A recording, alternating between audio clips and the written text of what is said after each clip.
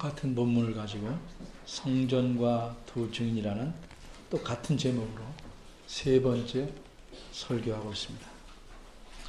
첫 번째 설교에서는 사도 요한이 이상을 통해서 보게 된 하나님의 성전에 대해서 말씀드렸습니다. 요한이 본 하나님의 성전은 실제로 존재하였거나 앞으로 다시 존재하게 될 성전이 아니었습니다. 다시 말해서 요한이 본 성전은 과거에 헤롯 왕이 지었다가 요한 때에는 이미 25년 전에 로마 군대에 의해 멸망되어 버린 헤롯 성전이 아니었습니다. 또 미래에 어떤 사람들이 주장하는 바대로 미래에 예수님께서 재림하시기 이전에 유대인들이 예루살렘에 다시 세울 성전도 아닙니다. 미래에 이 지상의 예루살렘에 성전을 다시 세우게 될 것이라는 가르침은 성경에 전혀 없습니다. 어떤 분들이 자신들의 생각의 틀에서 그런 가르침을 만들어낸 것입니다. 사도 요한이 이상 속에서 본 성전은 실제적인 것이 아니라 상징적인 의미를 갖는 것입니다. 마치 우리가 하트 모양을 보면 이 모양은 하트지만 사랑을 상징하는 것으로 이해하듯이 또 사람들이 흔히 미신에 따라 꿈에서 돼지를 보면 그것이 재물이라고 생각하듯이 요한이 본 성전은 예수님 자신과 신약 성경의 가르침대로 교회를 상징하는 것입니다. 다시 말해서 성전이란, 하나님의 성전이란 그리스도를 믿어 그분에게 속한 그리스도인들, 즉 성도를 상징하는 표현입니다. 바꿔 말하면 교회당이 아닌 진정한 교회를 가리킵니다. 하나님께서는 이 교회를 1260일 동안 두 증인으로 세우셔서 복음을 증거하시게 합니다. 따라서 요한이 본 하나님의 성전과 두 증인이라는 것은 모두 교회를 가르치는 상징적 표현입니다. 바꿔 말해서 하나님의 성전이란 교회의 본질을 알려주는 상징이고 두 증인이란 교회의 사명을 알려주는 상징입니다. 예를 들자면 사랑하는 사람에게 너는 나의 보석이며 태양이다 이렇게 말할 때 보석이라는 것은 네가 내게 가장 소중하다는 사실을 알려주는 상징적인 표현이고 낱말이고 태양이란 건 너는 나에게 살아갈 소망과 힘이라는 뜻을 전달하는 그런 상징이 되는 것과 마찬가지입니다. 이제 오늘은 셋째 질문을 살펴보겠습니다. 첫째 질문에서는 성전과 그 청량은 무엇을 의미하나? 둘째는 두 증인이란 누구 또는 무엇을 의미하는가? 셋째는 두 증인의 오늘날과 앞날은 어떠한가? 이 셋째 질문을 오늘 다루겠는데 원고를 써보니까 너무 분량이 많아요. 그래서 이 셋째 질문은 오늘 약간만 하고 그 다음에 계속해서 하기로 하겠습니다. 두 증인의 오늘날과 앞날은 어떠한가? 두 증인, 즉 교회의 현재와 미래가 어떠할 것이라고 본문에서 말씀하는지를 살펴보겠습니다. 그런데 이 셋째 질문에 알맞은 답을 얻으려면 먼저 2절에 나온 42달 그리고 3절에 나오는 1260일을 어떻게 이해할지에 대해 생각해 봐야 합니다. 지난 시간에 말씀드린 바대로 42달이라는 건 한 달을 30일로 계산할 때 1260일입니다. 그러므로 42달과 1260일은 표현만 다른 것이지 같은 길이의 기간입니다. 그런데 이 기간을 이해하는 방법에는 아주 크게 말해서 두 가지가 있습니다. 하나는 글자 그대로 이해하는 것이고 다른 하나는 비유적으로 이해하는 것입니다. 이것은 마치 숫자 4를 말할 때 진짜 넷을 가리키는가 그렇게 이해하는 것과 아니면 죽음을 의미하는 수로 이해하느냐 이걸 판단해 보는 것과 같습니다. 다른 예를 하나 더 들어보자면 어떤 노인분에게 연세가 어떻게 되시나요? 라고 물으니 이 노인께서 말씀하시길 내일 모레 80이에요 라고 말씀하셨습니다. 그럼 내일 모레는 정말 이틀 후일까? 아니면 가까운 시일을 의미할까? 이틀을 하면 글자 그대로 보는 것이고 가까운 시일을 말하는 것이라면 비유적인 의미를 갖는 것입니다. 그런데 말씀하신 노인분의 실제 나이가 77세라면 내일 모레는 3년 후를 가리키는 겁니다. 그런데 이분이 79세고 12월 30일에 이런 대답을 하셨다면 내일 모레는 글자 그대로 이틀 후입니다. 그런데 이 노인분의 연세가 77세든 79세든지 간에 연세를 물어본 날이 적어도 12월 30일이 아니라면 이틀 후가 1월 1일이니까 내일 모레는 글자 그대로 이해하지 않고 비유적으로 가까운 시일을 의미하는 그런 비유적인 표현으로 이해해야 할 것입니다. 따라서 어떤 말을 글자 그대로 이해하느냐 비유적으로 이해하느냐는 내가 이해하고 싶은 대로가 아니고 그 말이 쓰인 문맥과 상황을 보고 판단해야 합니다. 그럼 42달 또는 1260일을 어떻게 이해해야 할까? 먼저 이것을 글자 그대로 봐야 한다고 주장하는 분들의 그 주장을 생각해 보겠습니다. 그들에 따르면 이 기간은 예수님의 재림 직전에 있을 예수님이 재림하시기 42달 전부터 계속 있을 큰 환난을 당하는 기간이라고 주장합니다. 이렇게 주장하는 중요한 근거는 다니엘 7장 25절과 26절입니다. 1246쪽입니다. 거기 가서 보셔야 됩니다. 그래야 확실하고 따라가지 않으면 지루해지니까 졸음이 옵니다. 제 성경으로 1246쪽입니다. 다니엘 7장 25절과 26절입니다. 그곳에는 이런 말씀이 나옵니다. 그가 장차 말로서 지극히 높으신 자를 대적하며 또 지극히 높으신 자의 성도를 괴롭게 할 것이며 그가 또 법대와 법을 변개코자 바꾸고자 할 것이며 성도는 그의 손에 붙임 바 되어 한 때와 두 때와 반 때를 지내리라.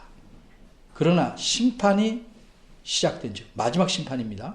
심판이 시작된 즉 그는 권세를 뺏기고 끝까지 영원이란 말 영원히 멸망하게 될 것이다.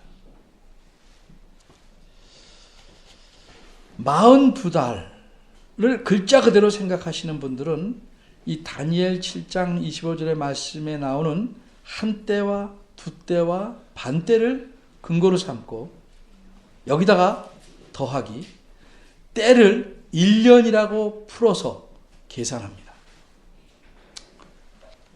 다시 말해서 한 때와 두 때와 반 때를 모두 더하면 세 때 반이고 때는 1년이니까 세 때 반은 3년 6개월이라는 겁니다. 따라서 1년이 12달이니까 42달은 3년 6개월이 되는 것입니다. 그러니까 이들이 주장하는 바는 예수님께서 이 땅에 다시 오시기 전, 재림하시기 전에 2절 말씀인 대로 거룩한 성이 이방인에게 짓밟히게 되는 대환란의 기간이 있는데 그 기간이 글자 그대로 3년 6개월, 즉 42달이라는 것입니다. 이 주장이 여러분 귀에는 어떻게 들립니까? 앞뒤가 잘 들어맞습니까? 이렇게 성경 말씀을 잘 보고 이해하고 배워야 요한계시록을 가지고 이상하게 푸는 이단들의 가르침에 안 넘어가는 겁니다. 혹시 이 주장에 문제가 있다면 그 문제점은 무엇일까요? 여기서 확실하게 계산상으로 정확한 것은 42달이 3년 6개월이라는 사실입니다. 그러나 그 외에 다른 요소들은 모두 확실하지 않습니다. 성경에 나온 표현들을 그 표현에 나온 문맥을 무시하고 자신이 원하는 대로 이리저리 짜맞추면 안 됩니다. 이제 42달을 글자 그대로 이해해서 실제로 3년 6개월이라고 주장하는 분들의 문제점이 무엇인지를 생각해 보려고 합니다. 첫째로 한때와 두때와 반때라는 표현에서 때를 반드시 1년으로 봐야 하는 근거가 무엇입니까? 성경에 그렇게 보라는 근거가 이들이 만든 것 외에는 어디 있습니까? 그런 근거가 없습니다. 만일 때가 1년이라면 어째서 다니엘서에서는 차라리 1년과 2년과 반년 이렇게 말하지 않고 한때와 두때와 반때라는 표현을 사용했을까? 원어상으로 더 정확히 말하면 한때와 두때가 아니고 한때와 때들과 반때입니다. 때들 복수에는 두때도 되고 세때도 되고 네때도 되고 다 됩니다.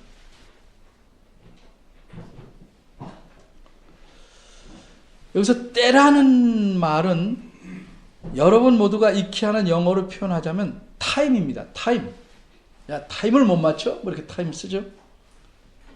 이 때에 해당하는 원어인 아람어에서 때는 1년도 물론 가리킬 수 있지만 어떤 기간을 뜻하는 시대를 가리킬 수도 있습니다. 그러니까 한때와 두때와 반때를 꼭 3년 6개월로 못 박아 말할 수는 없는 것입니다. 이 표현은 훨씬 긴 시대를 의미할 수도 있기 때문입니다. 두 번째로 오늘 본문 요한계시록 11장 2절과 3절에 나온 42달과 1260일을 글자 그대로 봐야 한다고 주장하는 분들이 근거로 삼고 있는 지금 다니엘 7장 25절에서 한때와 두때와 반때를 말하고 있는 문맥과 오늘 본문의 문맥이 다릅니다. 다시 말해서 표현만 같을 뿐이지 실제는 다른 겁니다. 예를 들면 쌍둥이의 경우 모습은 똑같다 할지라도 두 사람이 다른 사람인 것과 같다는 말씀입니다. 먼저 오늘 본문의 문맥을 보겠습니다. 오늘 본문에서 7절을 가면 저희가 그 증거를 마칠 때에 무적행으로부터 올라오는 짐승이 저희로 더불어 전쟁을 일으켜 저희를 이기고 저희를 죽일 터인즉이라고 말씀합니다. 여기서 저희는 누굽니까? 앞에서 말한 두 증인입니다.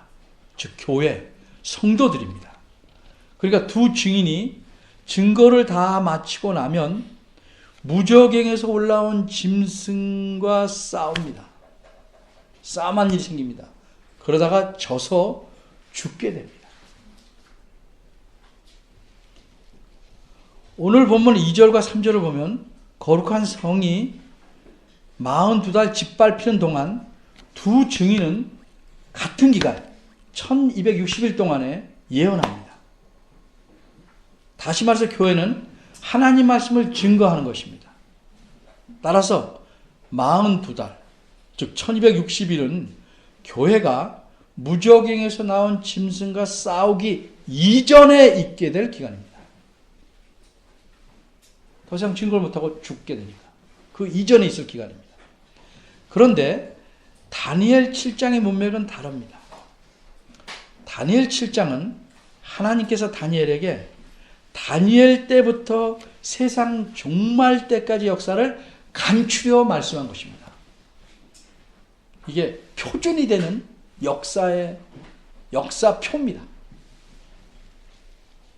근데 이 역사의 끝부분을 이야기한 것이 다니엘 7장 25절인데 이 7장 25절의 끝부분을 보면 이렇게 되어 있습니다.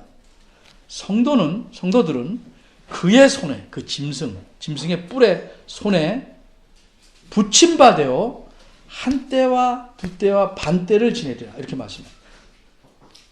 이건 정확히 말하면 성도들이 짐승의 뿔에게 싸워서 패배하여 그 결과로 그의 손에 붙임바된 후에 한 때와 두 때와 반 때를 지내게 된다는 말씀입니다. 손에 붙임바된다는 건 전쟁에 져서 포로가 되거나 죽게 된다는 의미입니다. 이런 사실을 다니엘 7장 21절에서는 이 뿔이 성도들로 더불어 싸워 이겼다. 이렇게 분명하게 말합니다.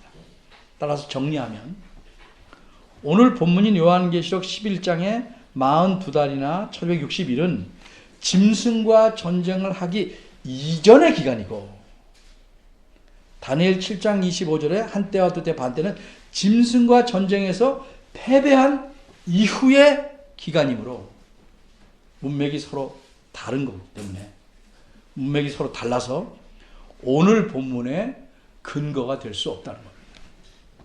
이해하시겠습니까? 네. 요한계시록은 어렵다 이러지 마시고 내가 딴 생각하고 있다 이렇게 생각하세요. 뭐가 어렵습니까 지금? 하나는 앞을 말하고 하나는 뒤를 말한다는데 여러분 다 학교 다니시고 공부했잖아요. 잘 보시면 충분히 따라올 수 있는 건데 괜히 요한계시록은 어렵다. 난 통 몰라. 언제까지 모르실 겁니까? 잘 따라오시면 충분히 알 만큼 설명을 해드리고 있습니다. 세 번째로 42달이나 1260일을 글자 그대로 그런다면 오늘 본문의 문맥의 논리에 맞지 않습니다. 제가 몇 번 말씀드리길 요한계시록 10장부터 11장 13절은 6번째 나팔 심판과 7번째 나팔 심판 사이에 삽입된 부분이다 이렇게 말씀드렸습니다. 왜 이런 삽입 부분을 넣습니까? 하나님께서 성도들을 위로하고 격려하기 위해서 이 심판들 사이에 의도적으로 삽입시켜 놓은 말씀입니다. 다시 말해서 하나님께서는 이 세상을 심판하실지라도 그 심판이 무섭게 진행될지라도 하나님의 백성인 성도들은 하나님께서 보호하심으로 흔들리지 말고 자신들의 사명을 끝까지 감당하라 하는 의도로서 이런 격려의 의도로서 이 삽입 부분을 심판 가운데 집어넣습니다. 근데 이 요한계시록 오늘 본문의 바로 앞인 10장 11절을 보면 천사가 사도 요한, 목회자죠. 이 목회자인 사도 요한에게 해야 될 일을 말씀합니다. 그 할 일은 뭡니까? 온 세상을 향하여 예언하라는 것입니다. 즉 하나님 말씀, 복음을 계속 전하라는 겁니다. 이처럼 하나님께서는 요한과 그 시대의 성도들에게, 교회에게 온 세상에 하나님 말씀을 전하는 일을 맡기셨습니다. 그리고 이 사명은 요한과 그 시대의 교회들만 감당하다가 멈춰야 하는 일이 아닙니다. 교회가 존재하는 한 예수님께서 다시 오실 때까지 교회가 계속 멈추지 않고 해야 할 일입니다. 그럼 사도 요한은 죽지요? 죽고 난 뒤에는 누가 그 일을 해야 됩니까? 두 증인이 하는 겁니다. 즉 사도 요한 이후에 모든 교회가 요한을 이어서 모든 시대에 걸쳐서 행해야 할 일입니다. 이게 교회의 사명입니다. 그런데 글자 그대로 이해하려는 분들이 주장하는 것처럼 42달이나 1260일을 재림 직전에 있을 3년 6개월로만 본다면 교회가 해야 할 그 예언의 사명은 요한에서 끝나고 재림 직전 3년 6개월 될 때까지는 중단되는 겁니다. 바꿔 말해서 재림 직전에 이르기까지 요한 이후로 이 세상에서 복음을 전하는 일이 없어지는 것입니다. 그러면 당연히 물론 교회에 대한 핍박이나 박해도 없는 셈이 됩니다. 복음 전하는 게 멈추는 거예요. 그리고 다시 마지막 3년 6개월만 이때 다시 복음을 전하는 거예요. 그러니까 요한 때 이후부터 이때까지는 복음 전하는 게 없어지는 겁니다. 글자 그대로 본다면. 그러니 그런 주장은 예수님의 가르침과 신약 성경의 가르침과 맞지 않습니다. 게다가 요한 이후에 교회의 모든 역사를 살펴보더라도 성경과도 맞지 않지만 교회의 모든 역사를 살펴보더라도 맞지 않습니다. 교회는 복음을 전하는 사명을 목숨을 걸고 행해왔습니다. 그래서 수많은 순교자들이 생겨났습니다. 이 요한계시록 앞에도 나오죠. 제단 아래에 있던 영혼들이, 순교당한 영혼들이 부르짖지 않습니까?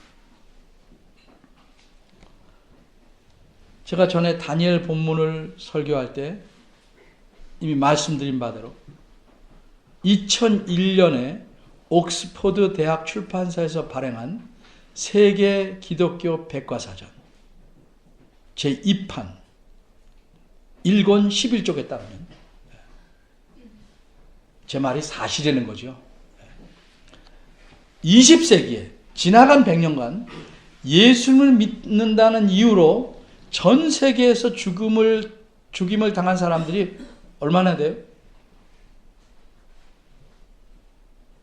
저도 깜짝 놀랐어요. 무려 4,500만 명이에요. 45만이 아니다. 4,500만 명이에요.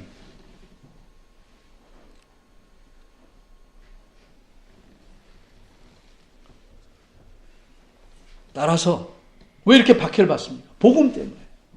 따라서 42달이나 1260일은 재림 직전에 3년 반이 아니고 예수님의 승천 이후에 재림 직전까지의 긴 시대, 요한이로 모든 시대, 이 시대를 상징하는 기간으로서 42달, 1260이라고 말합니다.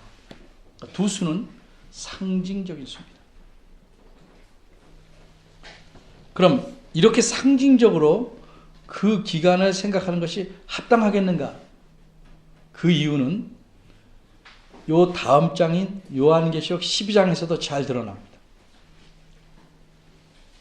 12장에서 할 설교를 미리 좀 땡겨와서 해보려고 합니다. 요한계시록 12장 5절, 6절, 14절을 보겠습니다. 누누이 특별히 특강 시간에 말씀드린 대로 12장에는 누가 나오죠? 아주 크고 붉은 용이 나옵니다. 이 붉은 용은 무엇인가? 12장 9절에서 밝히 말씀하는 대로 사탄을 가리키는 동물입니다.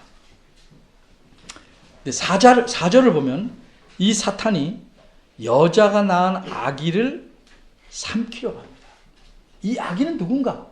5절은 뭐라고 말합니다. 이 아기의 정체를 장차 철장으로 만국을 다스릴 남자라고 말합니다. 쉽게 말해서 이 아기는 온 세상을 다스릴 왕이라는 의미입니다. 그럼 이 아기는 누구를 상징하는 것입니까? 이거는 뭐 삼척 동자도 다 알죠. 예. 누굽니까? 예수 그리스도시죠. 온 세상을 다스릴 왕이 누굽니까? 예수 그리스도시죠. 그러니까 여기서는 아기로 상징이 나왔습니다.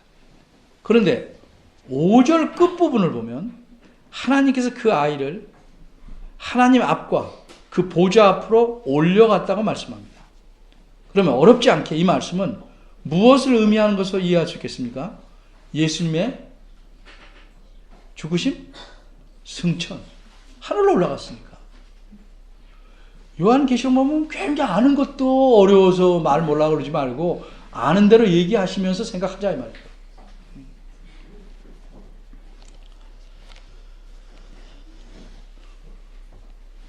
그 후에 무슨 일이 벌어집니까? 6절입니다. 아기를 낳은 여자가 광야로 도망갑니다. 거기서 1260일 나오죠? 또 1260일 동안 하나님께서 예비하신 곳에서 양육을 받습니다. 이 사실을 14절은 조금 더 자세하게 이렇게 말합니다. 그 여자가 큰 독수리의 두 나래를 받아 광야 자기 곳으로 날아가 거기서 그 뱀의 낯을 피하여 뭐라고 말했습니까? 한 때와 두 때와 반 때를 양육 받음에 이렇게 말합니다. 그리고 17절입니다. 용이 그 여자를 어떻게 할 수 없자 분노하여 돌아가서 그 여자의 남은 자손 곧 하나님의 계명을 지키며 예수의 증거를 가진 자들과 더불어 싸우려고 바닷가 모래 위에 섰더라. 이렇게 얘기합니다. 드디어 사탄이 성도들과 싸우려고 합니다. 그런데 13장 1절을 보면 그 바다에서 한 짐승이 나와 용을 대신하여 성도들과 싸웁니다. 그리고 7절에 보면 이기게 됩니다. 그러니까 1260일이라는 것은 예수의 승천 이후로 짐승이 나와서 마지막 싸움을 하는 재림 전에 있을 큰 싸움 때까지의 긴 기간을 상징하는 말입니다. 단순히 글자 그대로 3년 6개월이 아닙니다. 그리고 이것을 14절에서는 한 때와 두 때와 반 때라고 표현했습니다. 따라서 정리하면 다니엘 7장 25절에서는 짐승의 뿔이 성도들과 싸워 이긴 후에 성도들을 핍박하고 박해할 기간을 한 때와 두 때와 반 때라고 표현했고 요한계시록 12장 14절에서는 예수님이 승천하신 이후로 성도들이 짐승과 전쟁을 하기 전까지 광야에서 양육받은 전체 기간을 한 때와 두 때와 반 때라고 표현합니다. 따라서 한 때와 두 때와 반 때는 여기서는 표현은 같지만 하나는 성도들과 싸우기 전에 대해서 그렇게 표현했고 하나는 성도들과 싸워 이긴 후에도 그렇게 표현했다. 표현은 같지만 다른 의미를 갖는다. 다른 기간을 가리킨다. 따라서 한 때와 두 때와 반 때라는 표현은 기간의 길이 어느 시점을 말하는 표현이 아니고 그 기간의 성격을 말하는 표현입니다. 바꿔 말하자면 성도들이 고통을 받고 핍박을 받는 기간이라면 그 기간이 짧든 길든 그 기간이 이때든 저때든 싸움 전이든 싸움 후든 그 기간을 한 때와 두 때와 반 때라고 성경에서는 표현하고 있는 겁니다.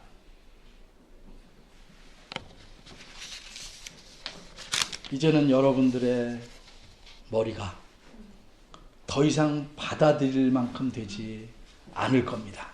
그래서 저도 이제 멈춰가려고 합니다.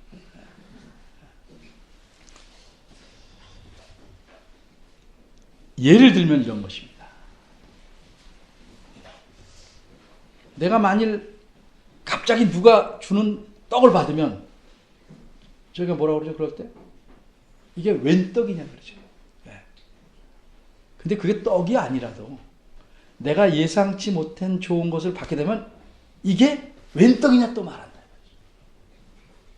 그러니까 이게 웬 떡이냐는 건 그게 떡이든 떡이 아니든 내가 예상치 못한 좋은 것을 받을 때 웬 떡이냐 쓰는 것처럼 한때와 반때와 두때는 요기간만 말하는 게 아니고 성도들이 환난을 받는 기간을 그렇게 표현한다는 거죠.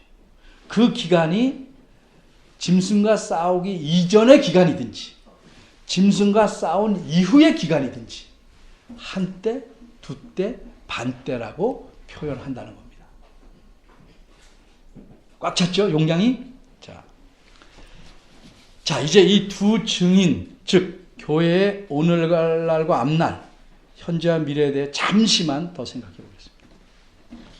요한계시록을 기록한 사도 요한이나 그 시대 성도들의 입장에서 보면 그들은 예수 그리스도를 믿는 믿음과 그들이 증거하는 복음으로 인해서 그 당시 현재 로마 제국의 핍박을 받고 있었습니다. 그리고 그 핍박은 더욱 거세질 것입니다. 그래서 그들을 위로하고 격려하기 위해서 요한계시록을 우선 그들에게 써주신 겁니다. 이걸 읽고 이 말씀을 통해서 역사가 어떻게 흘러갈지를 보고 위로를 얻고 하나님께서 우리를 붙들고 계시다는 사실을 알고 격려를 얻도록 써주신 것입니다. 그들 이후의 교회,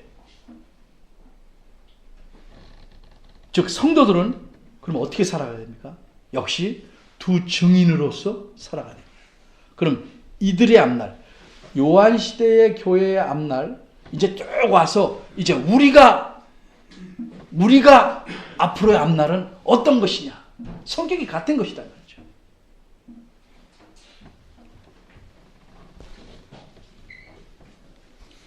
그들이나 우리나 현재 당하는 핍박이 있다면 앞으로는 그걸 면제받고 늘 좋은 것들만 이 세상에서 누릴 수 있을까? 이런 마음속의 질문에 대해서 오늘 본문은 이렇게 대답하는 겁니다. 성도들은 복음을 따라 살며 복음을 전하는 사명을 감당하면서 이 세상에서 사는 동안은 사탄이 지배하는 이 세상에 짓밟힐 수밖에 없다 하는 사실. 그리고 세상의 미움을 크게 받아서 그들의 공격을 받고 싸워서 져서 죽을 것이다. 그러나 거기서 끝나는 게 아니고 다시 살아서 하나님과 더불어 영원함을 누릴 것이다. 이거 오늘 본문이 말하는 겁니다. 13절까지. 그럼 왜 성도들은 이런 삶을 살아야 하는가? 아주 쉬운 한마디로 성도들은 예수님을 따라 사는 예수님의 제자이기 때문이라는 겁니다. 예수님께서 이 세상에서 미움을 받고 고난과 죽음을 당하시고 십자가에 오르셔서 영광의 자리에 이르셨듯이 고난을 통해서 죽고 영광의 자리에 이르셨듯이 예수님의 제자들인 성도들도 이 세상에서는 예수님과 닮은 삶을 살 수밖에 없는 것입니다. 이 사실을 오늘 본문이 말하는 겁니다. 그래서 2절에 보면 42달 동안 짓밟힙니다. 마침내 7절을 보면 공격을 받고 죽임을 당합니다. 8절에서 10절을 보면 모든 세상 사람들의 조롱거리가 되고 죽임을 당했기 때문에 세상 사람들이 기뻐합니다. 요한복음 16장에 보면 예수의 죽음을 세상이 기뻐했습니다. 골칫거리가 없어졌다고 기뻐합니다. 그런데 11절과 12절을 보면 다시 살아나서 하늘로 하나님 앞으로 올라갑니다. 예수의 삶과 똑같이 닮았습니다. 이게 교회의 삶입니다. 이게 우리 성도들의 삶입니다. 여러분 물어봅시다. 여러분은 예수 믿으면서 어떤 삶을 기대하며 살아가십니까? 예수님 믿기 때문에 예수님의 권능으로 세상에서도 모든 일이 잘 되고 세상 사람들이 부러워할 만한 존경을 받고 세상 사람들이 누리지 못하는 복까지 얻으면서 살아갈 꿈을 꾸고 계십니까? 그래서 예수를 잘 믿으려고 하십니까? 그런 꿈은 이루어지지 않습니다. 꿈은 이루어진다가 아니고 안 이루어진답니다.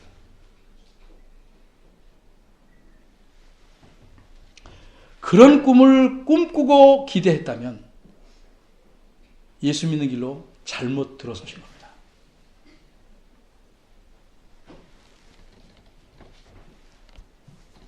야고보서 4장에서 분명히 말씀합니다. 세상과 친구되려고 하는 것은 하나님과 원수되는 것이다. 세상의 정신을 따라 살려는 것은 간음하는 것이다. 또 마태복음에서 예수님이 말씀합니다. 세상의 것을 추구하고 의지하려는 것은 하나님을 버리고 우상을 섬기는 것이다.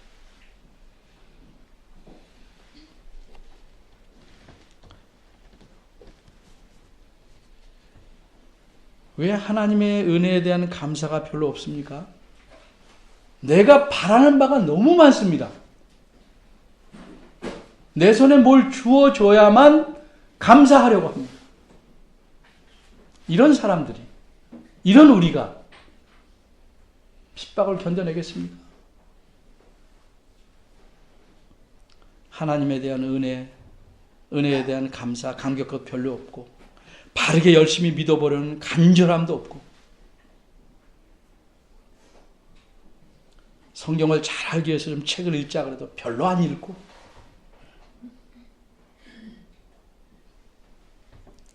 태압을 감으면 규칙적으로 왔다 갔다 하는 시계추처럼 아무런 생각 없이, 근데 정확히 말하자면 하나님은 빼놓고 세상 모든 생각들을 부지런히 해가면서 꾸준히 살아가는 것 아닙니까?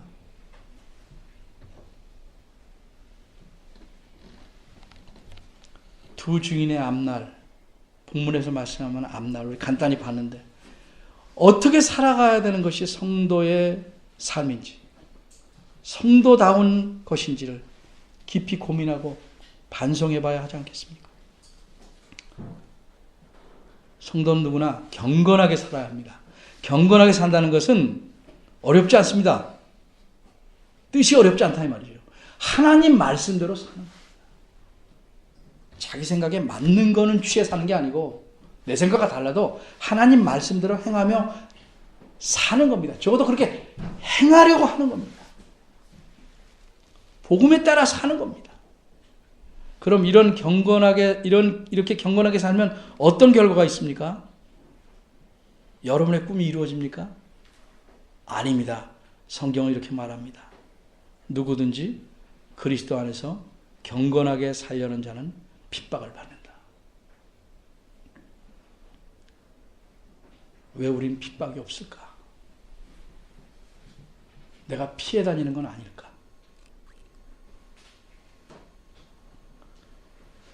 핍박을 각오하고 복음대로 살려고 힘써야 할 것입니다.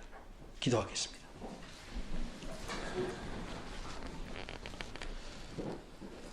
하나님 아버지, 저희들을 택하여 하나님의 아름다운 덕을 전하게 하셨음에도 불구하고 우리는 하나님에 대해서는 관심이 적습니다.